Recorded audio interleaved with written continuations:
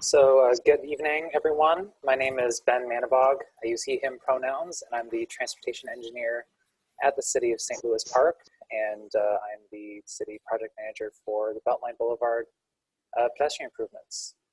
With me today, I've got some consultant staff that are helping me out. So first, we got Connor. Yeah, hello everybody. Thanks for joining us tonight. My name's Connor Cox, and I'm a transportation planner with Tool Design. And then also helping us is Wayne. Thanks. I'm Wayne Hull at the SCH, and I'm the consulting project manager for the project. I'm a civil engineer, municipal engineer. And then you heard just a minute ago, Margaret Rogg, ward council member, is listening in tonight. And then also, we've been having some connection issues. Ann Mavety, who's another ward council member representing part of this project, is either here or may be here a little bit later. So with that, I see post caption is on and going, and we are on recording. So we'll get started here.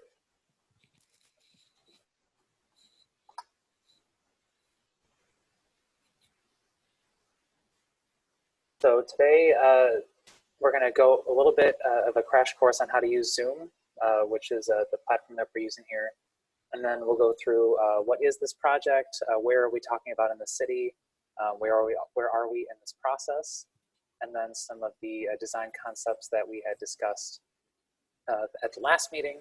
And then we'll have questions and answers throughout, especially during the design concepts area, and then a Q&A after the whole presentation as well. And then, yep, we just went through these. All right, so thought we'd start with a quick overview of Zoom in case this is the first time for any of you to use this platform. I'll just talk about a couple of different functions that will be helpful tonight. So all the participants should be muted upon entering the meeting, so you don't have to worry about background noise. If you have a question or a comment, we have kind of built in a couple of different discussion periods during the presentation. So we'll talk about each of the 3 different corridors that are part of the project, and then have an opportunity to ask questions and have comments during that time. But I will show you how to use the raise hand feature if you do have a question or you want to be unmuted.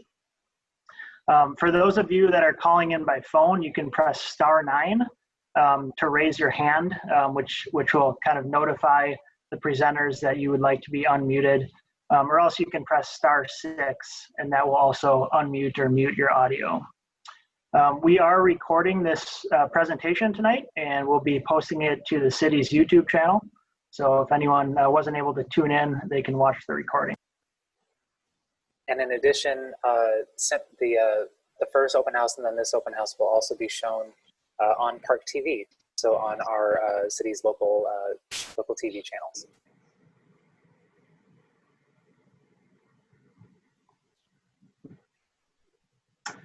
All right, so I mentioned I'd kind of walk through a couple of the features here. So probably the easiest way to ask a question is to just type it directly into the chat function. So if you look at the bottom of your screen, you should see that icon there with the word chat below it. So that'll open up the chat bar, and we can have a conversation through that as we're presenting. The other way to do it, as I mentioned, is to use the raise hand feature. To get to that, you just click on the participant icon on the bottom, and then you'll see a little blue hand. And you can click that raise hand, and we'll be notified that you'd like to be unmuted. So another important feature is how you're viewing the video. So it might look like just one screen, one video showing in the top right. You can change that if you'd like. If you want to actually take the video off, you can press just the bar on the left to minimize the video. The middle one will show only the active speaker, and then the option on the right will show kind of the whole panel.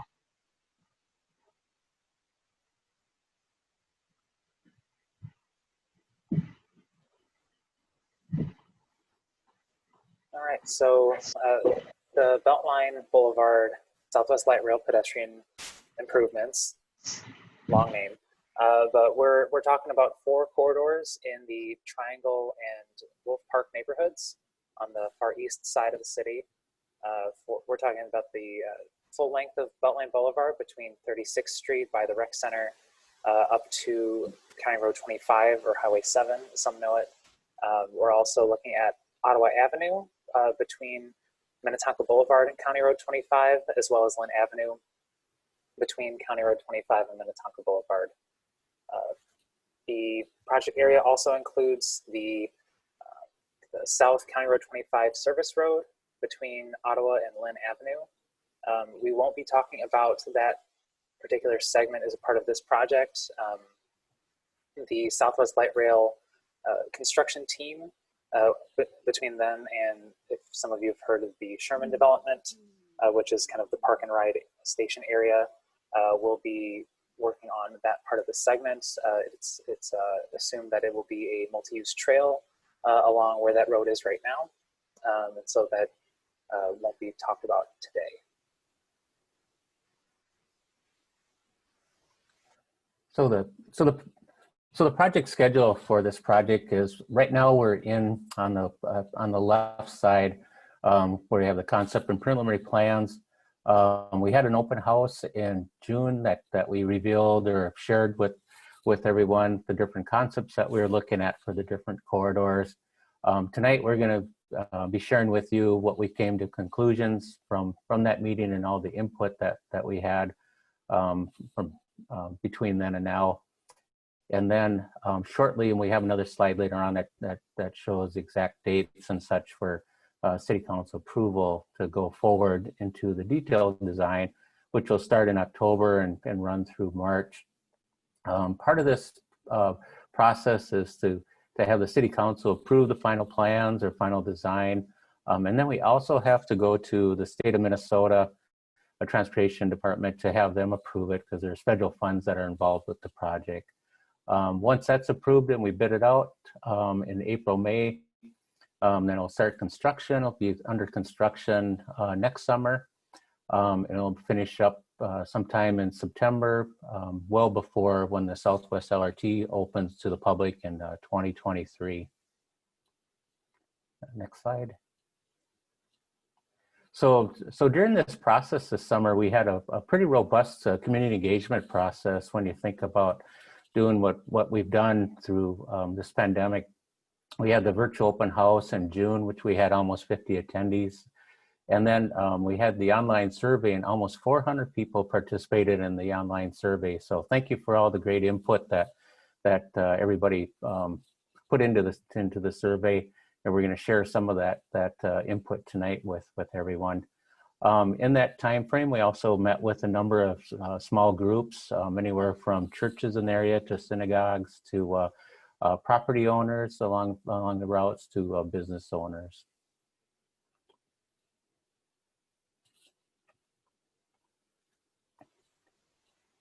So to get folks a little bit more acquainted with Zoom, and then as well as to understand who we're talking to today, we have a small poll that I will put up on the screen. So y'all should be seeing a little thing, a question put up on checking all that apply to you. And so this is to help us understand who we're talking to. Are you, do you live right in the neighborhood? Do you own property in the neighborhood? Do you work around there, go to school, etc.? And so this will help us direct some of the conversation and help frame some of this.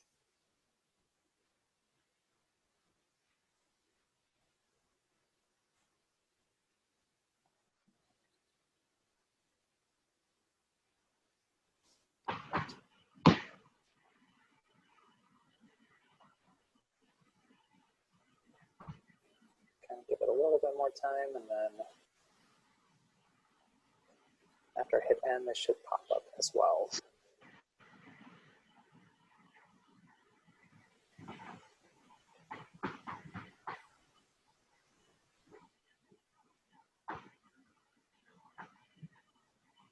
Maybe showing on people's screens, I'm not sure, but to put on the results that are on here, most people either travel to or through the study area or bike and walk through the area. A couple live in the area, some are generally interested in the area, and then a few folks are also either working or own property around. So thank you for doing that.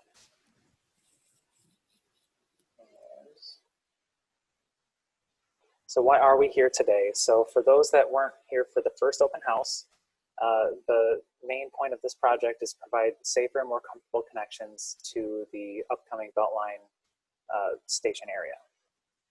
And what that does, through that kind of map that we showed you, there's not just the future light rail station, we also have the regional trail, the Cedar Lake Trail that goes through there.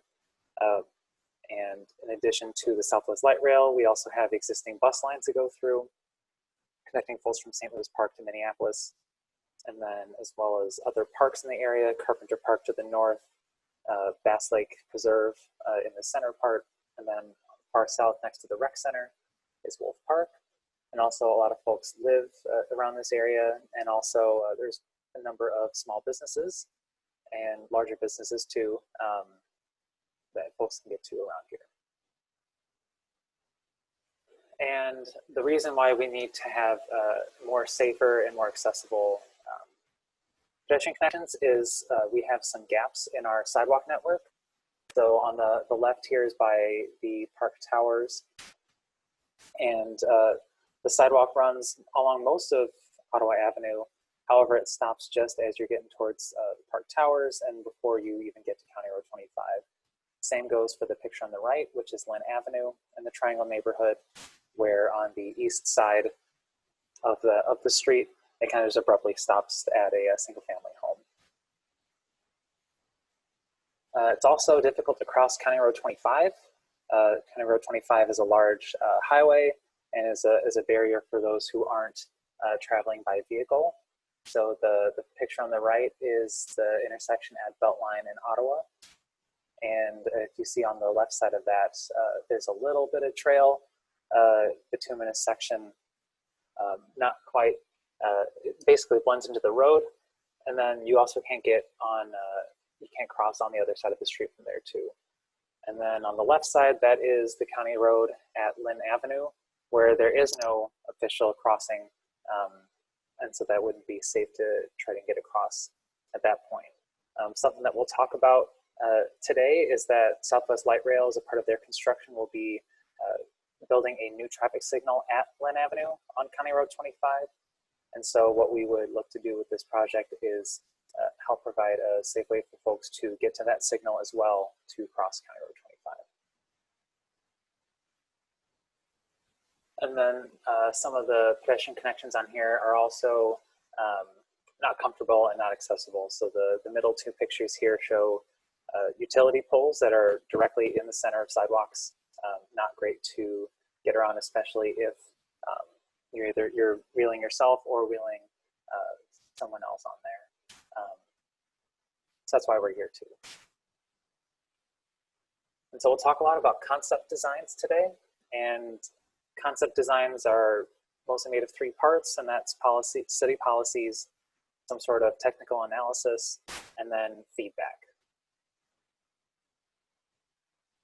So if you weren't here for the first open house, the city has a number of policies that inform the way that engineering and other folks look at when we're installing infrastructure in the city.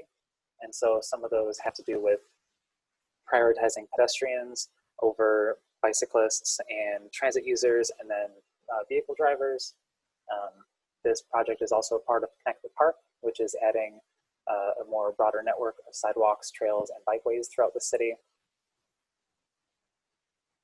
And then some other policies that help inform this is the city's climate action plan, which is to be carbon neutral by 2040, and in the interim, reducing vehicle emissions by a quarter in the next 10 years.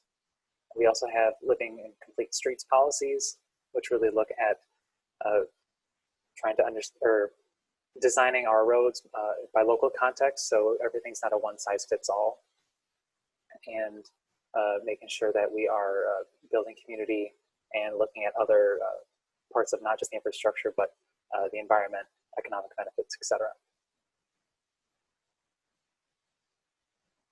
To help inform our project, we had SCH, our consultant, do a excuse me, do a parking study to understand how folks are using the street. The study, as well as everything that you're seeing today, is available on the city's website, or if you can't access that, you can contact me as well later too. And we'll talk about some of the things that we found looking at parking in not just on-street spots, but also major parking lots in the area, since there's a lot of multifamily homes or buildings, schools, businesses, etc. And then community feedback. And so there's a lot of ways folks can participate. And so if you're already here attending the meeting, that's great. You can also contact city staff or your council members. Always a great resource to get your comments and questions answered. We also have also done site visits, and so what that does or means in the pandemic era is be physically distanced. So we've met with property owners wanting to better understand how this project affects right on their doorstep. And then we'll also talk about the survey that we had earlier, and that's another large form of community feedback too.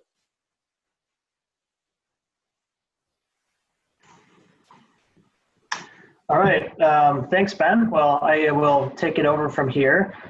So for the remainder of the meeting, what we're gonna do is talk about each of the three project corridors one at a time. So we're gonna start with Ottawa Avenue here. And just a reminder, if you have any questions, feel free to type them into the chat box, and then we can see those and then answer those questions as we go here.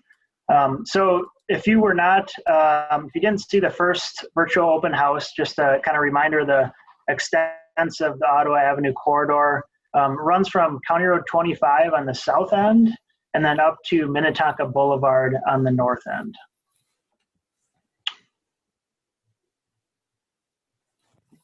So just a quick overview of what the street looks like today. These are the existing conditions.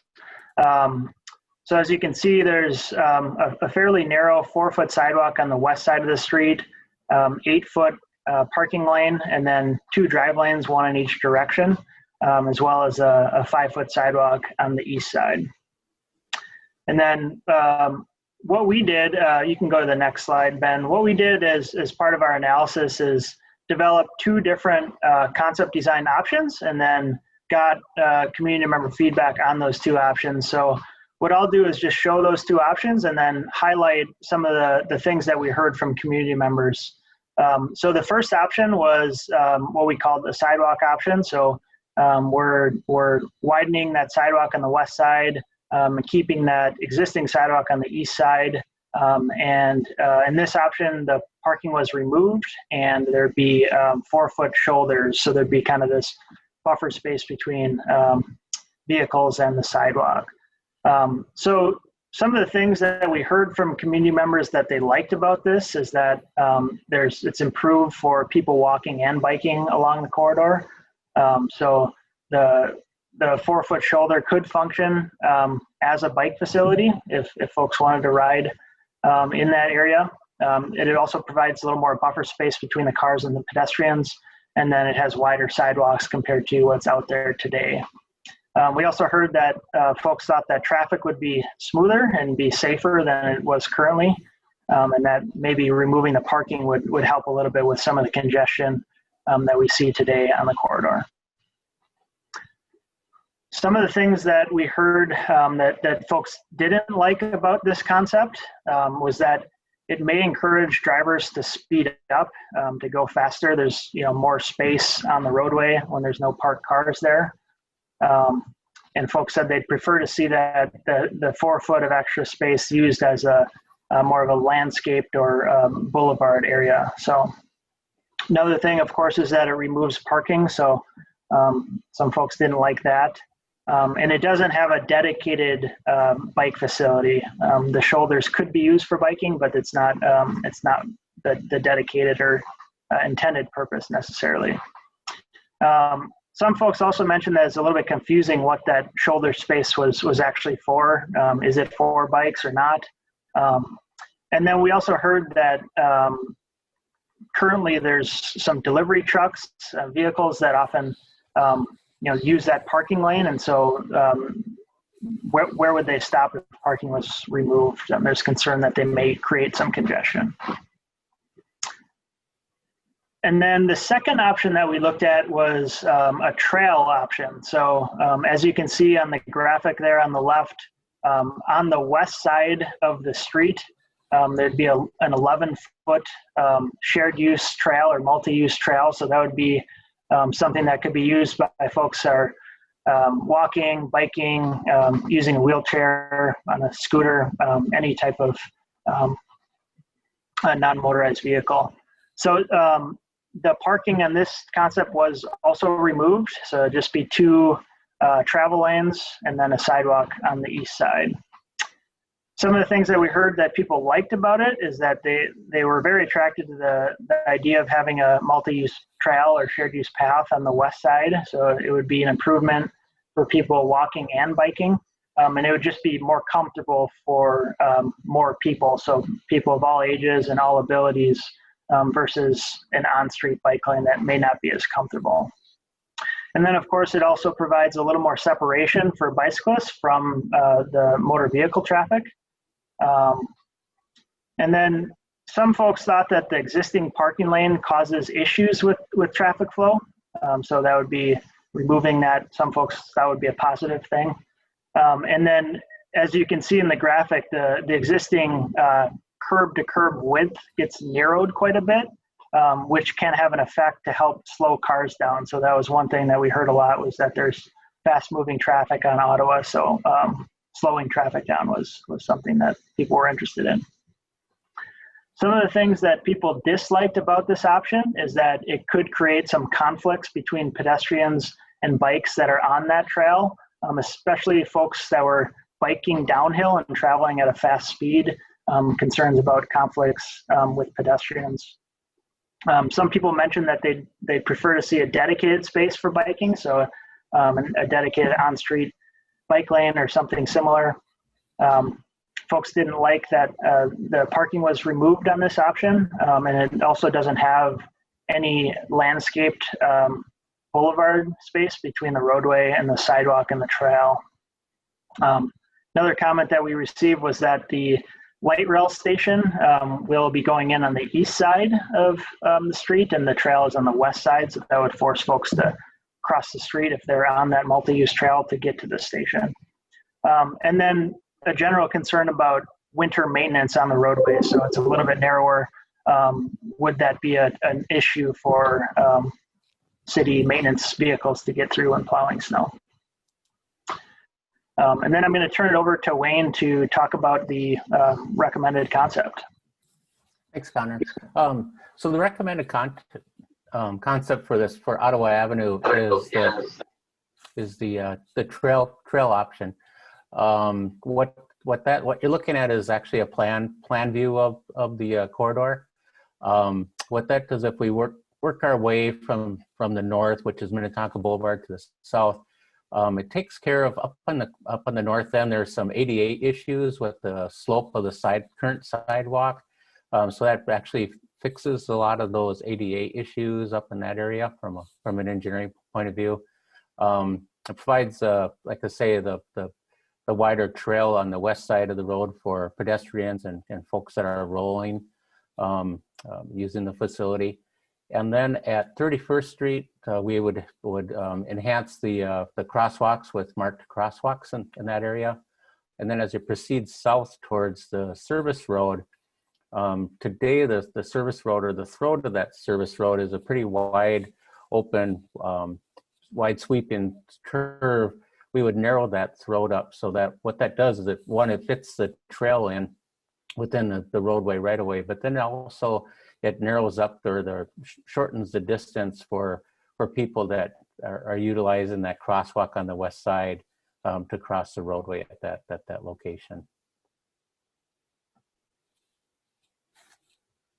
So it's, I guess right now we'd like to open it up for discussion on this recommendation. If you'd like to speak, is just unmute yourself or ask to be unmuted, and we can unmute you, or else like Connor said, type your questions in the chat box, and we'll try to answer as many as we can here.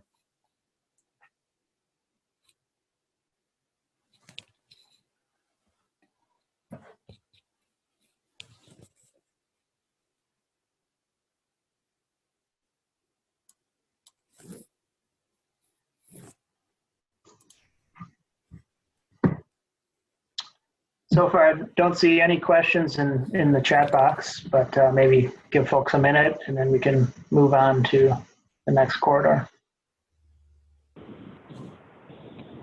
Hey, here's Margaret, and I'm just on the phone, but I've unmuted myself to ask a question. Yep, go ahead, Margaret. Okay, thank you. So I'm not looking at the diagrams, but I am familiar from the last meeting and the website. Can you remind me if there are opportunities for any landscaping with the trail option as proposed? I heard some comments around that topic, and I just wonder if there are opportunities that we could or are planning to explore around additional landscaping, green space enhancements.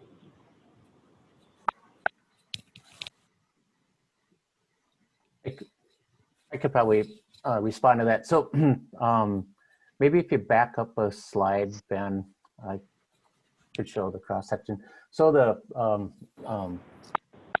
cross section that we have, we're pretty much using up the whole right of way from right of way to right of way with sidewalk, with the 5-foot sidewalk, and then the 2 11-foot drive lanes, and then the 11-foot multi-use trail. So it really, on the northerly portion, doesn't give us any room to put any type of boulevard or plantings or anything like that.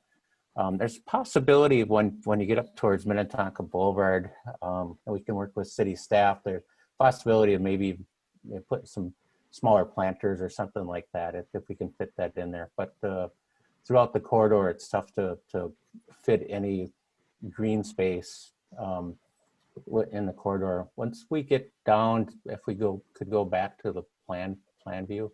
Once we get to the south, there's a little bit of grassy area down by the service road, but not a lot of green or grass area in those areas. You know, if yeah. Connor.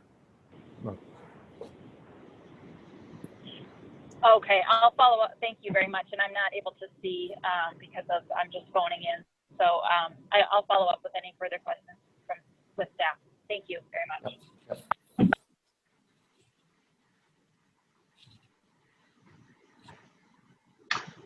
We have a comment from Ron. He says, I like reduced curb radius on the west side of the frontage road.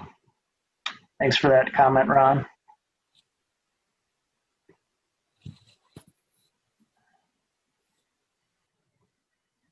We also have Nick K, who has raised their hand. Hello, my name is Nick. I'm a resident in the area. Can you guys hear me okay? Yes. Yep. My one question is just about the consideration for the crossing that occurs at the south side on the frontage road for the trail users, and like what kind of signage or stuff. Just being a resident in the area, I know when the light turns green, when you're heading north across 25 and then across the frontage road up to Ottawa, there are plenty of people who live over in the multifamily housing over in the area and immediately just, you know, swing a left turn onto the frontage road as normal because there isn't really any pedestrian crossing on that west side currently. So.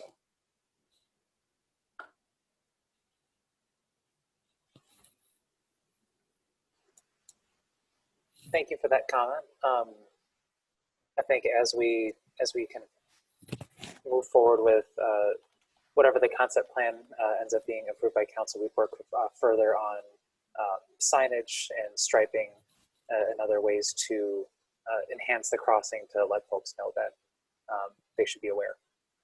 So thank you.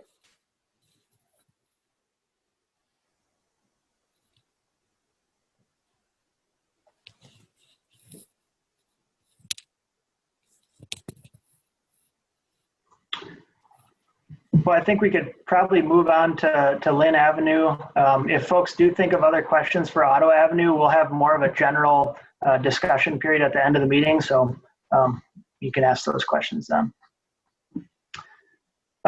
So moving on to the next corridor, which I mentioned is Lynn Avenue. So this segment is a little bit shorter. So again, it's just between Minnetonka Boulevard and County Road 25. Get moved to the next slide, Ben. So similar to Ottawa, the Lynn Avenue corridor is quite constrained today. There's not a lot of right-of-way space. The image on the left, you can see the existing conditions and the graphic here. So there's a 4-foot sidewalk on the west side, 2 travel lanes, 1 in each direction, and then parking available on the east side. There's currently no sidewalk on the east side of the street. One thing I wanted to call out in the image on the left here, you can see in the distance the power lines, the utility poles that are, some of those are right in the middle of the sidewalk. So the existing sidewalk effectively is a lot narrower than 4 feet at those areas. So it's very difficult to get around if you were traveling in a wheelchair, for example. You can go to the next slide, Ben. So again, we looked at 2 different options. In order to preserve parking on the street, really the only option, if we're going to also add sidewalks, is to look at converting the street from 2 ways for motor vehicles to 1 way. So this graphic here shows a northbound 1 way. We also looked at a southbound 1 way option. So on both of these, we'd have an 8.5-foot sidewalk on that west side, 10-foot travel lane, and then 8-foot parking on the east side. And then we'd add a sidewalk on the east side that's 6 feet. The utility poles would still likely remain, that's to be determined, but that 8.5-foot sidewalk, if they did remain, would effectively be narrower than that. So some of the things that we heard that community members liked about this concept is that generally there's more space for pedestrians. We're adding a sidewalk on the east side and then widening the west side. So the wider sidewalks make it feel less crowded for people walking. Pleased to have sidewalks on both sides of the street. And then that wider sidewalk on the east side makes it a little bit easier to get around those utility poles. Another important thing that we heard from folks is that parking is well utilized on Lynn Avenue. So this option maintains parking, which was especially important to the residents that live along the corridor here. And it would be more comfortable for people biking, I think simply because it's 1-way motor vehicle traffic. It's a little bit narrower, so maybe the vehicles wouldn't be traveling quite as quickly. And then it would, some folks thought that it would likely be quieter, less car traffic since it's just 1 way, and that would be appealing to residents. Some of the things that we heard that people didn't like about this option is that the 1-way street actually may encourage vehicles to speed more. If there's not another vehicle coming in the opposing direction, perhaps folks would actually drive faster. It doesn't have a dedicated bike lane or bike facility on the street. And then the nature of 1-way streets is that it might cause some folks to circle the block if they're heading in the opposite direction of the 1-way. It also could be confusing for motorists, especially when it was first built, if people are getting used to this. And then some people didn't think it was necessary to have sidewalks on both sides of the street. And then another comment we heard was that in the wintertime, that on-street parking with the snow piling up would actually become narrower and narrower, so it might not actually be 8 feet, and the road could feel very tight in the wintertime. And then a comment that we heard, I think, on all the options is that there's no landscaping or boulevard space, which again is kind of simply because it's such a constrained corridor, it's difficult to incorporate that into any of these options. The second option that we looked at was maintaining the two-way street that is out there today, but this would remove the parking and add a sidewalk on the east side and then widen that existing sidewalk on the west side. So as you see in the graphic here, there'd be two 10-foot travel lanes, one in each direction. What people liked about this is that it maintains that two-way traffic, so drivers wouldn't need to divert onto other adjacent streets to go to their destination. It's, of course, improved for pedestrians, so both the wider sidewalk on the west and the new sidewalk on the east side. And it should be easier to maintain if sweeping and snow plowing operations didn't have to move around a parked car, which can be a challenge, especially in the wintertime. Some of the things that we heard that people didn't like about this option is that it removes on-street parking. So especially, as I mentioned, those residents that live along the corridor expressed that this is important to have on-street parking. And then there's concerns that vehicle speeds may increase without the parked cars there. They may drive faster. This, of course, also doesn't have a bike facility, and the sidewalks are narrower than on the one-way option. And then lastly, again, there's no landscaping or boulevard space. So I'll turn it over again to Wayne to talk about the recommended concept. Thanks, Connor. So the recommended option for Lynn Avenue is actually a one-way southbound corridor. What that does, if we're starting once again on Minnetonka Boulevard on the north end, is anybody that's coming down Minnetonka Boulevard from either direction, their destination is somewhere on Lynn, is that they don't have to make a last-minute decision of how to get to their destinations. They can actually just turn down Lynn Avenue. We would maintain a parking on the west side of the road. We looked at parking on the east side or the west side, and it's the identical number of vehicles able to park on the west side as the east side. And then as you proceed southward towards the fronting road, the service road, is we were able to change up the design with the different grade elevations between the frontage road and County Road 25. We were able to modify that intersection a little bit so that we can bring the crosswalk directly to the crosswalk that Ben talked about earlier on County Road 25 when the Southwest LRT folks put in the traffic signal at that location. So the one thing I need to point out too is that we're actually working with Excel to see what the cost is to bury the power lines along there. If we're able to bury the power lines and remove the power poles, that might give us an option or potential for some boulevard space basically along the west side. So stay tuned on that one. We haven't heard back from those folks yet. With that, I think we'll open up for discussions on Lynn Avenue.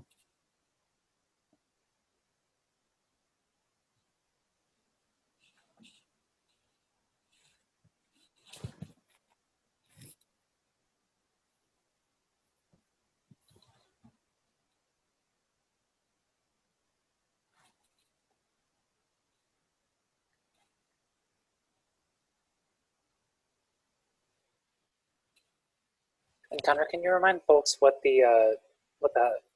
how to raise your hand if you're on the phone? Yeah, I believe it's *6 or *9 to unmute.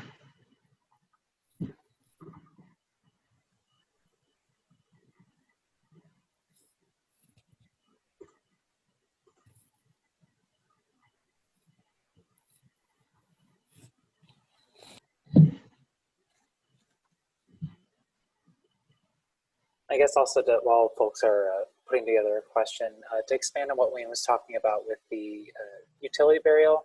So the city's working with Excel Energy, and we hope that in the next couple weeks here, we'll be able to determine what those impacts are, and those are impacts to the city for costs and things like that, and also to property owners, because any sort of connection would have impacts, because they would have to get that line to your building too. And so those are things that we're working out, and hopefully we'll have in the next few weeks here.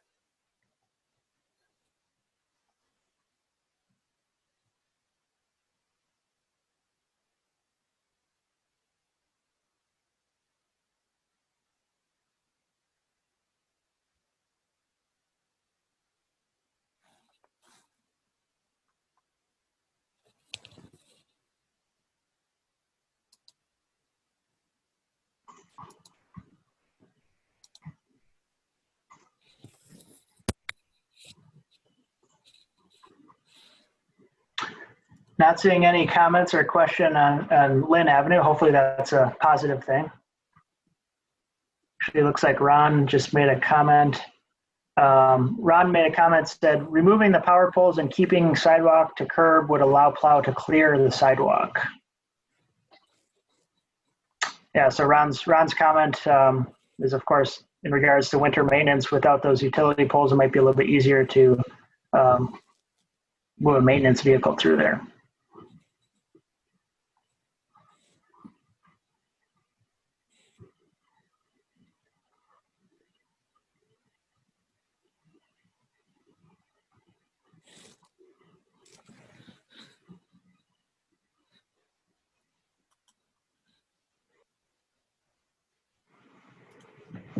Without any other questions or comments, we can go on to Beltline.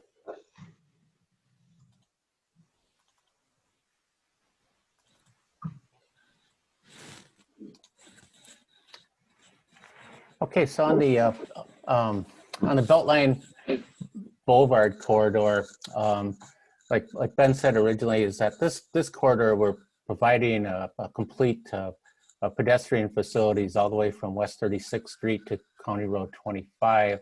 The northerly end of that, the Southwest LRT folks are providing those pedestrian facilities from Park Glen Road all the way to County Road 25 on both sides of the roadway itself. Next slide. So originally the trail concept that we had, the existing roadway itself actually has 4 travel lanes, 2 in each direction. There is not a bike or pedestrian facility on the west side of the roadway. On the east side, there's a 9-foot multi-use trail. That part of it has a grassy boulevard. The other part is right up against the curb.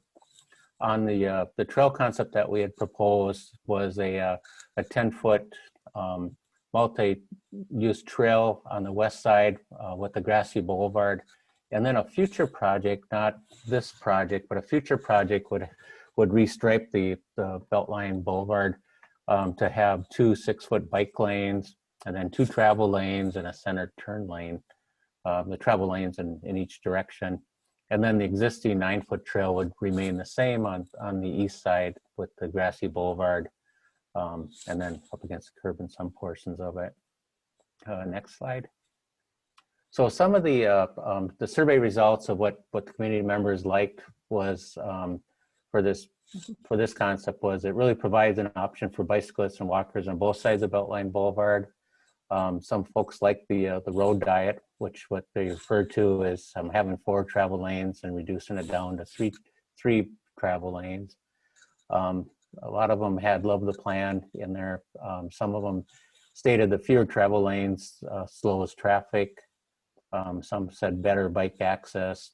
And then some stated a big safety improvement where everyone gets their own space. Next slide. On the dislikes, what people disliked about the plan was the single travel lanes will cause congestion. A lot of folks wrote nothing on their surveys. The other one was no crosswalk across Beltline Boulevard at West 35th Street. And then they would like to protect they like the protected bike lanes on Beltline Boulevard. They didn't like the losing of vehicle lanes along Beltline Boulevard. And then there was a question of, do we really need a multi-use trail on both sides of the roadway? So the next slide. So the recommendation is to go forward with the multi-use trail on the west side, 10-foot multi-use trail on the west side with the 4-foot grassy boulevard. Next slide. So what this does is what you're looking at is a plan view, and what this does, it really fills in that missing gap. There's actually a sidewalk that comes up from 36 for the first property owner, or the Citizens Bank building, and then it's just grassy boulevard. So it fills in that the missing pedestrian and rolling facility along that west side. And then from the comments that we heard is to add a crossing at 35th Street. And so we're able to, with this one, we're proposing to add that or make the, provide the facilities that we can put in a crossing at that location in the future. With that, let's have any discussion on Beltline Boulevard.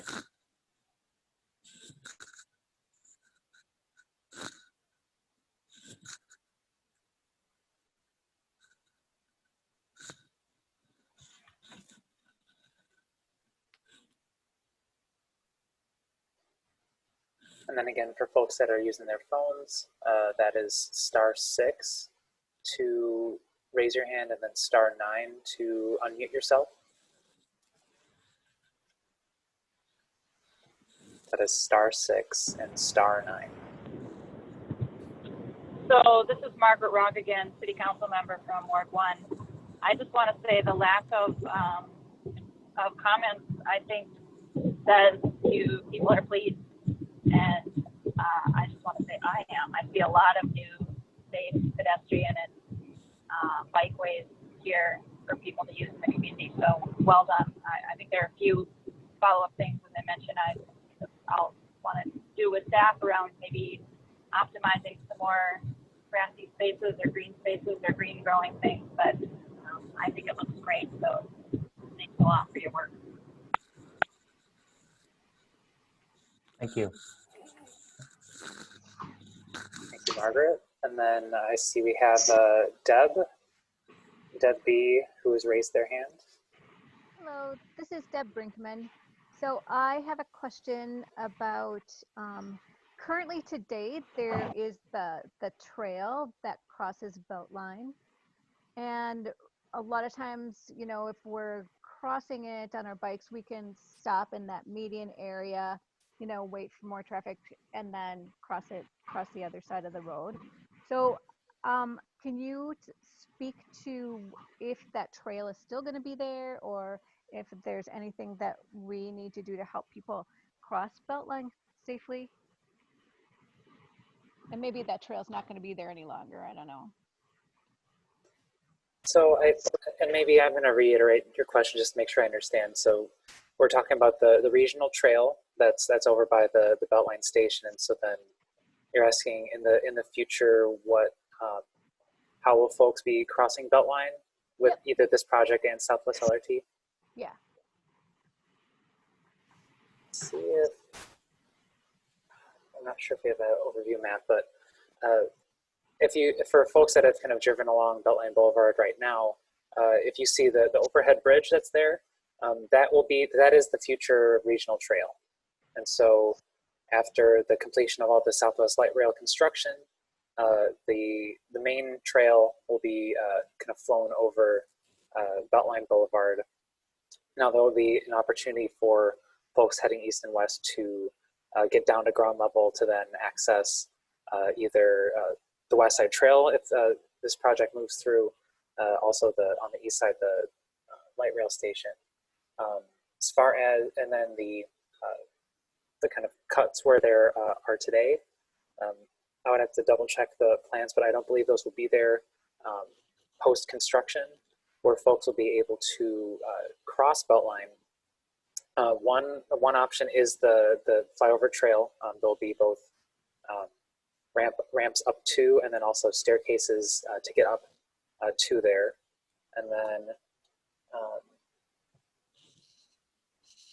here, maybe here is a better map here. So the star, the yellow star on here is the Beltline station. So then outside of the overhead bridge, folks will be able to cross up at County Road 25 with some of the improvements that we're talking about here, and then as well as at Park Glen. So I hope that helps clear things up, and maybe we can get a better graphic for you and other folks to help picture that out. That helps. Thank you. All right, looks like we had a couple additional comments come through here. So the first comment from Nick, he says, looks great. The current multi-use trail is really busy, so having a trail on both sides will be nice. And then the second comment was from Ron, I guess this is a question. Would the crosswalk on 35th have a curb cut to access the east trail? Yep. And the answer to that is yes. It would eventually, it would. Now, I don't know if it would be part of this project or if it'd be a future project, but both of them, if we put in a crosswalk in, we have to have ADA compliant except receptacles or whatever to get folks up and down from the roadway up to the trails or sidewalks. Yep, and I'll add on to that, Wayne. Yep. The curb cuts, whether on the west or the east side of the road, will be done either with this project, which is currently proposed as construction next summer, or with the other in the neighborhood project, which is the West Monterey Drive and then Beltline Boulevard restriping. So it may be a kind of mix of both projects, or maybe one project. We're doing kind of some coordination on that right now, but at the end of all of the construction, there would be curb cuts to access the east trail.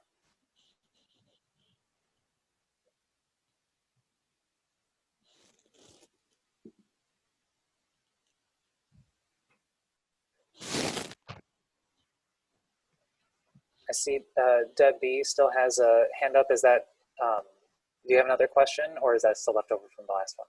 Nope, that's left over. Okay.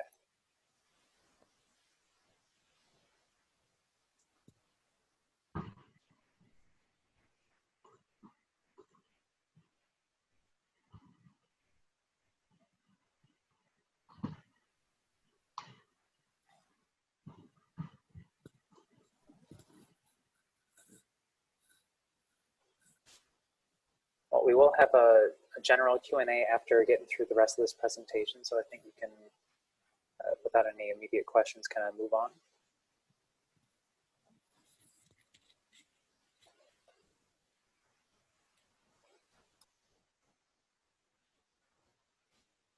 So after today, there are a few more opportunities. Well, there's always opportunities to get feedback, both to staff and to your council members, to help outline kind of the next month. So a study session report will be going to the council this next week. And to be honest, it's a bit a summary of everything that we've talked about today, and then some of the way that we got the funding for things like that. There will be also a public hearing for this on October 5th at the regular council meeting. Letters are already being sent out for that, but more information can also will also be posted on the project website. And so currently council meetings are done virtually. So to get comments in, you can do those either by emailing myself, which my email is up here on the screen. For those over the phone, that's bmanibog, M-A-N-I-B-O-G @stlouispark.org.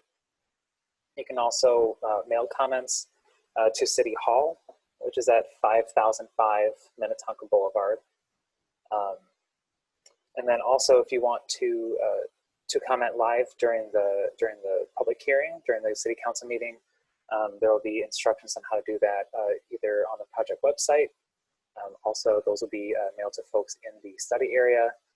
And if you can't get those in either of those methods, you can also contact me as well. then City Council won't be making a decision at the public hearing. They will we'll be talking about this again at the next council meeting on October 19th, where they're currently scheduled to make a decision on this project. And then public comments will be accepted through October 13th, so far as to try and get in the council report. There's a timeline to get all of those in.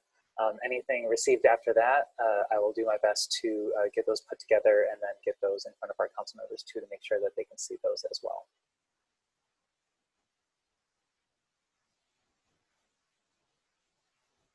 So with that, we are open to a general Q&A. Any questions that we can help clarify or talk about other parts of the project, or other comments. And again, for those calling by phone, it is *9 to raise your hand and *6 to unmute yourself.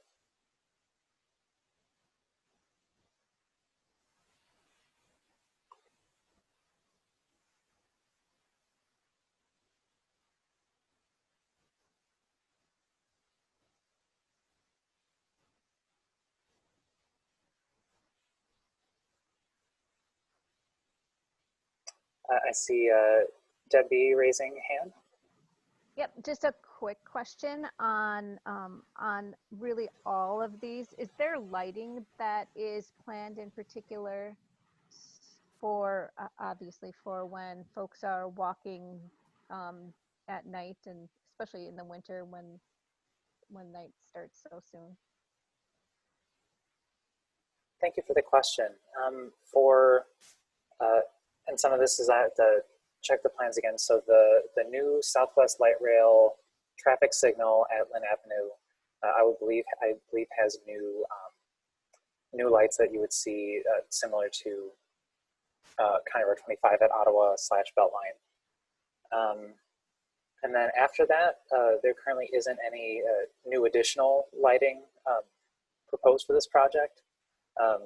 However, depending on how the utility poles, whether the utility poles on Lynn Avenue stay or go, there's sometimes ways that we can leverage existing utility poles for additional lighting. So that's kind of stuff that we will continue to work on with Excel. Great, thank you.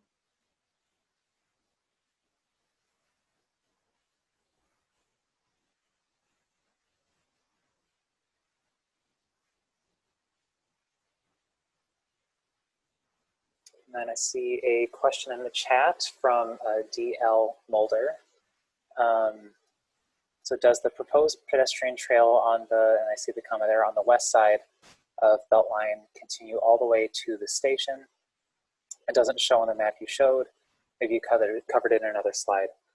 So thank you for the question. So let's go back there. So the graphic that we have shows from on the west side from roughly 36th Street up to Park Glen.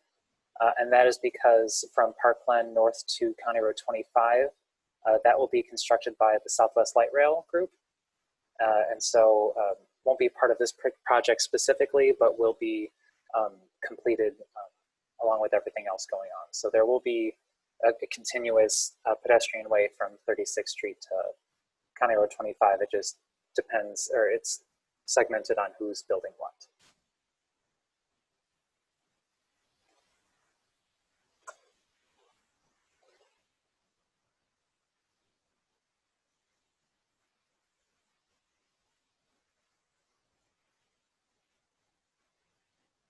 I think also while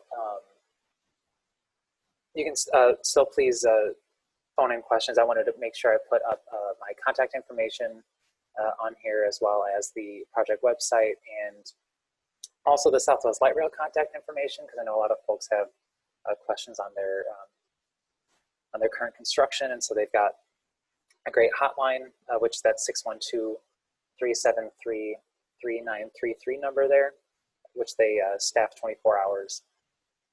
And then they've got a bunch of information on their website too. For those on the phone, you can reach my number at the city, which is 952-924-2669.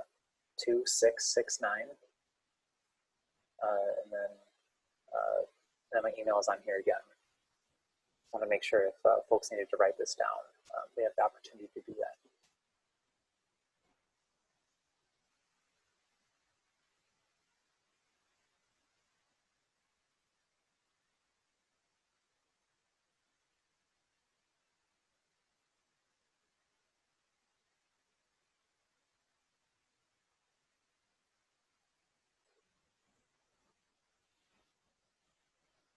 At this point, too, folks can also unmute themselves if they're having trouble with the raise hand feature.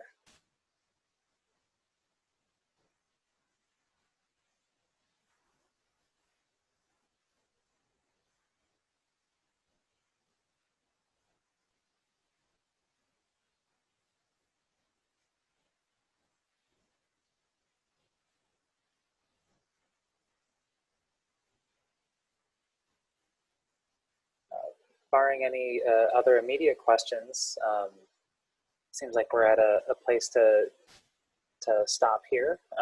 I'll hang on for another couple minutes if any folks are still having trouble trying to get audio or questions like that, but I wanted to thank you all very much for taking the time this evening. Again, my contact information is on here.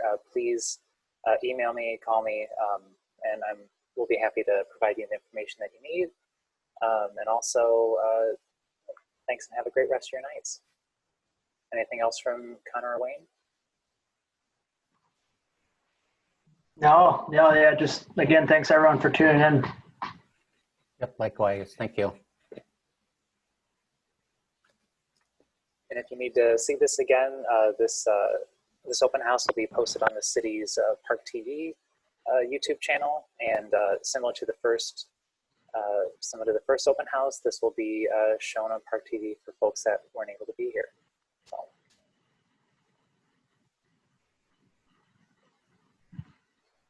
thank you all again.